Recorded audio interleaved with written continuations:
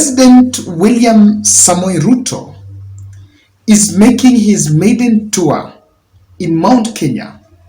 Coincidentally, that is the first tour in Gema in 2023. William Ruto is supposed to host cabinet, permanent secretaries and advisors from 5th to 8th January in Sagana State Lodge. This is what has also been seen as a meeting to meet Mount Kenya regional leaders. Welcome to the Bold Analysis. My name is Kevin Oduor. In this video, I want us to look at and reveal political mobilization efforts behind William Ruto's choice to make the Grand Mount Kenya tour. As political observers, we are taking keen interest in every discussion and what exactly this move would mean for Gema.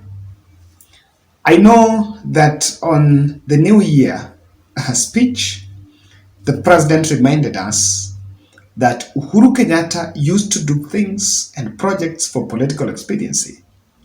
But coincidentally, even different meetings, everything that is done is choreographed for political expediency.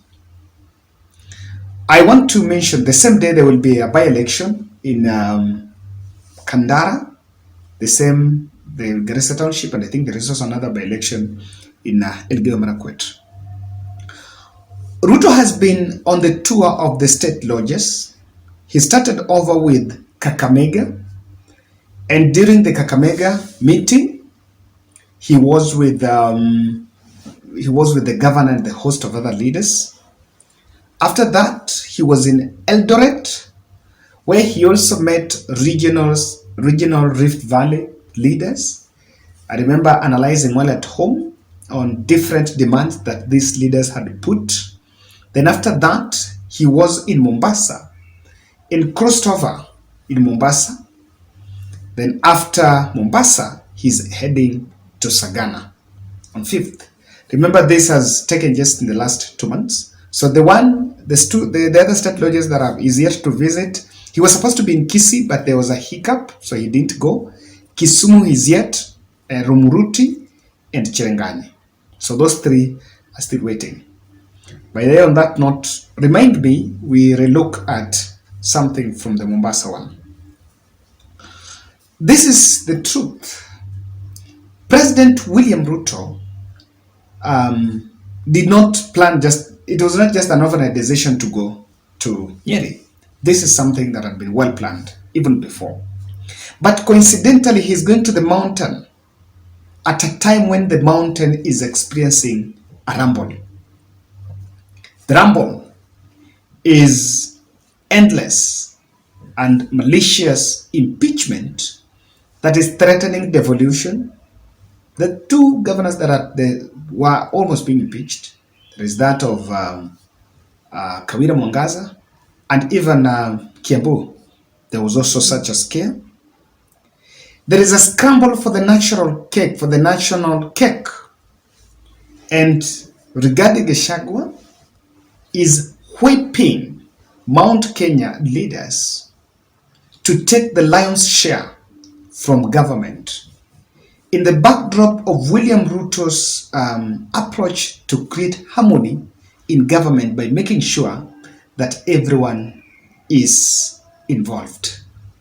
The difference between the office of President William Ruto and that of Rigathi Gachagua is, while William Ruto would endeavor to create the national outlook, on the other side, there seems to be inconsistency between him and the deputy, because the deputy is purely and monopolistically only pushing what is for Gema. Kindly subscribe to our channel, click the notification bell, and also like our video. I want to say thank you very much for those who have really supported us throughout the year. This channel is 1 year old. Yes, so we don't take it for granted, and this time round we'll make sure that we do analysis that is centered on the people. January 8th, 5th to 8th, according to the media invite, according to the information sent to the newsroom, is that it will crystallize implementation program of administration's plan for the year 2023. I don't know whether there is a plan for year 2023 unless it's not within the financial year. The budget making process is on the way and we have to look at that.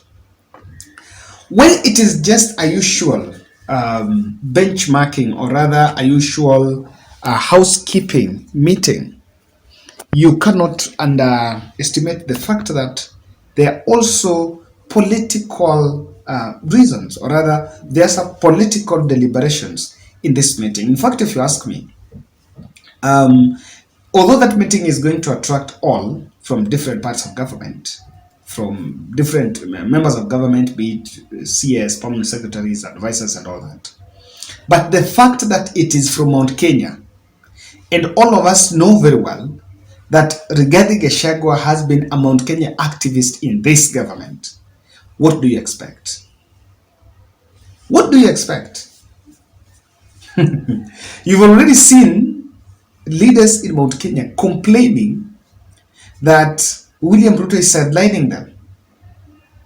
In fact, I agree with one of the comment section, I think one of political observer actually texted me and told me, Kevin, the discussion between Sakaja is not targeting Musalia Mudavadi. The discussion is targeting William Samoei Ruto.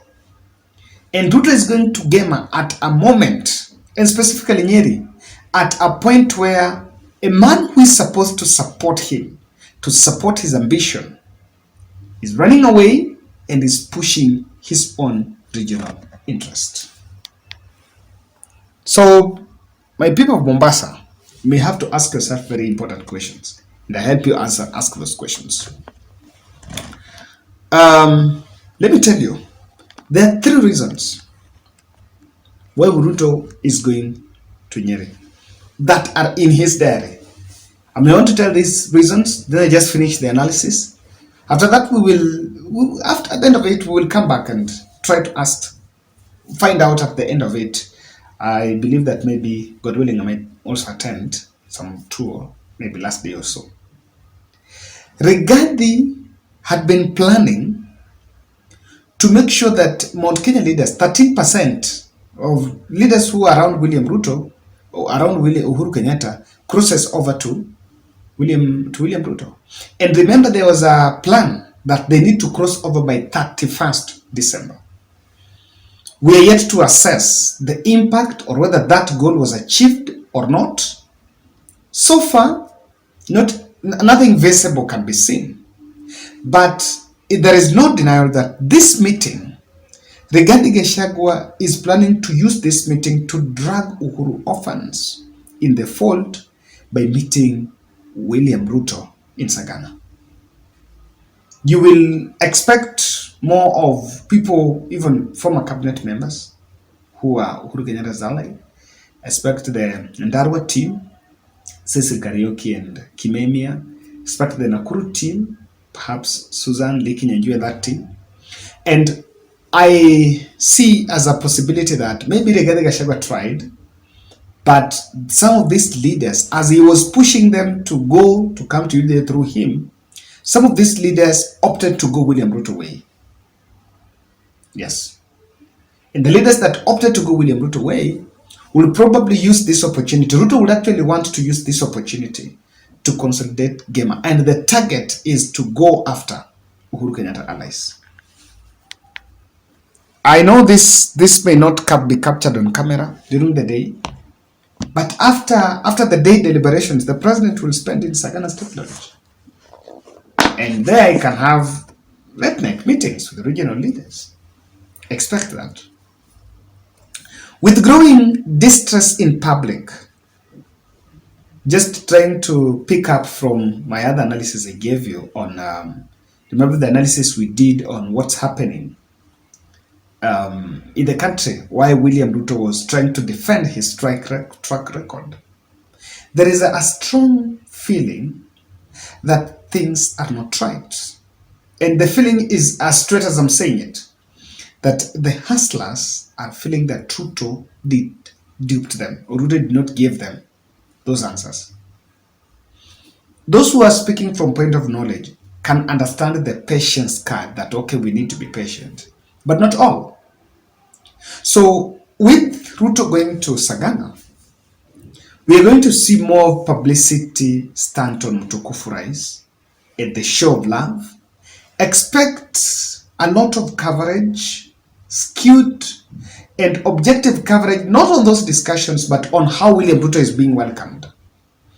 The crowds that are going to build around, mobilization of crowds around the road to welcome the president in that place, so that anawezaonekana kwamba anapendwa. That is needed, because one of the voting constituency that William Ruto would dare not lose is that of Mount Kenya. And I see that even location, the choice to go to Sagana, there is also another state lodge in Rumuruti. And even if it was not, this meeting could still be held in Nairobi. In fact, I was wondering whether if it's a meeting that is attracting all the leaders from all the regions, where are we going to Nyeri? Where we are going to spend money? Maybe these people are going to also want per diems and where they sleep, and so on and so forth. If it was in Nairobi, we would not travel. These people will be going to cabinet, then go back to their houses, which is a possibility. They can still come back to Nairobi. So what we are saying here is this, that with this growing distress, Ruto wants to take advantage of the mobilization efforts of Rigathi Gachagua. And Rigathi is going to mobilize the women groups and the youths, and he has that capacity. One of the reasons why he was picked as the running mate, so that he will show President Ruto the love in Mount Kenya. Whether it will be on ground, no, but it's for perception. That's equally important. Lastly, the other reason why Ruto is going to Nyeri, he wants to manage what is a silent fallout with the clergy. Remember in Mombasa, he gave a speech and saying that, I think was thanking the governor of Mombasa for lifting, is it fees on registration of churches in that place, which is in good order.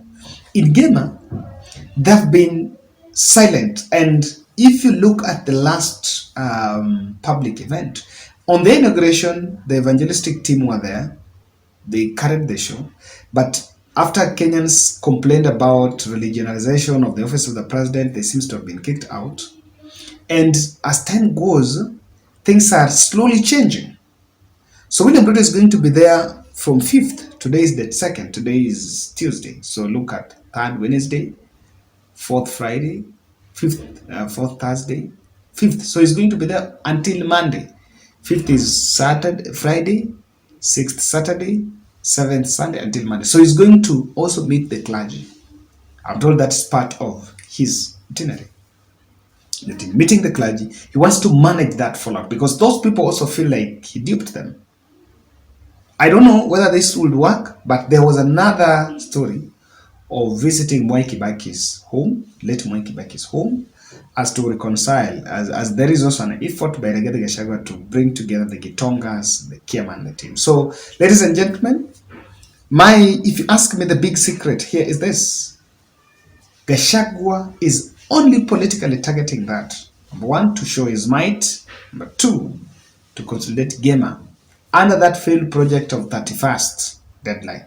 So that's my take. Let's wait and see how it will roll. Let's meet in the next.